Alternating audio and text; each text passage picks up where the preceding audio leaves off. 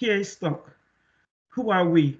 PA Supermarket, your wholesale retailer, enabling customers for the last 5 years, have a chain of 50 retail stores to sell the product.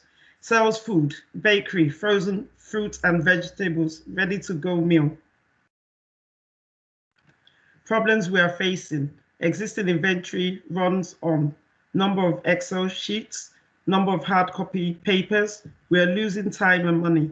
We have wastage, inefficient ordering process. We're missing orders, lack of visibility on out of stock products, and on cost involved on reordering.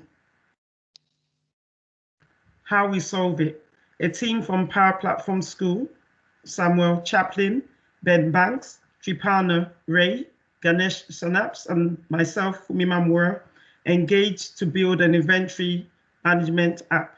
It tracks orders. It shows the order level and highlights reordering. It notifies the retailer on shipping. It shows the cost involved in reordering, visibility on expiring products, and low stock levels. I'll hand over to Sam to demo. Thanks very much, Fumi. So I just wanted to start on one of the three core areas of this application, which is the warehouse. At this level, we can configure our warehouse in pieces such as areas, aisles, rack numbers, and bays. Our areas, aisles, and rack numbers are for the stock that's within the system. So under this area, we've got them categorized, for example, as frozen foods here. We've got those aisles that correspond to that. The bays are for our outgoing orders. So this is whereby we might be popping our orders into a bay that the logistics company may collect. So you can we've got 3 shipped orders within our outgoing bay 1. I'm now going to move over to the next area, which is our stock.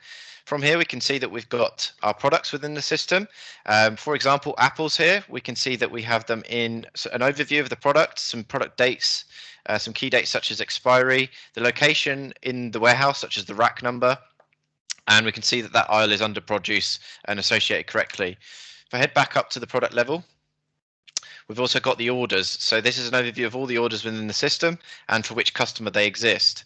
I'm now going to move on to our actual customers. So from the highest level, we've got accounts and contacts. Accounts allow us to capture orders that would be against our customers that would qualify as stores. So in this case, we've got Store 51, that's a store out in Peterborough. We also allow for contacts in the system that may be our online e-commerce orders for us to be able to deliver to them. So for the sake of the demonstration, I'm just going to show a quick order creation under Store 51. So if I go into the store, we get a high-level overview of the store and its location and its key contact. This might be the store manager. If I pop into orders here, I can actually create a new order and populate the details there. Once we update the order status to shipped, so in the case of order 3 here, we would go through the process of having a received order, then tracking it being picked, and then finally being shipped and moved off to a bay. We trigger a Power Automate flow in the background, which will send an email out to notify the store manager, Sam Chaplin in this case, that his order's been shipped. Thanks very much. I'm going to hand over to Tripana to look at the reporting. Yeah, thanks, Sam.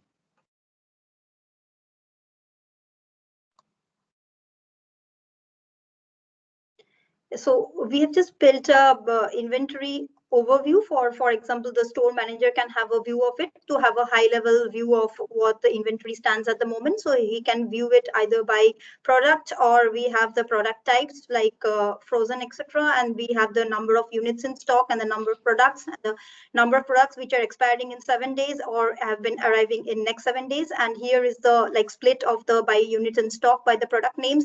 And we can see here how many racks are being occupied by each of these products. It's shown is absolute and percentage terms as well. And here the unit of price shows that how many products, how the products will affect the costing if we put the ordering for those products. And here it shows the threshold of the particular product. So these definitely gives a high level view, and it has much scope for improvements of having various matrices here. So I will just hand over to Ben. Thanks for listening. Thank you very much. And I think just to finish this off, it's this, we made something that's obviously going to massively take us into the digital age.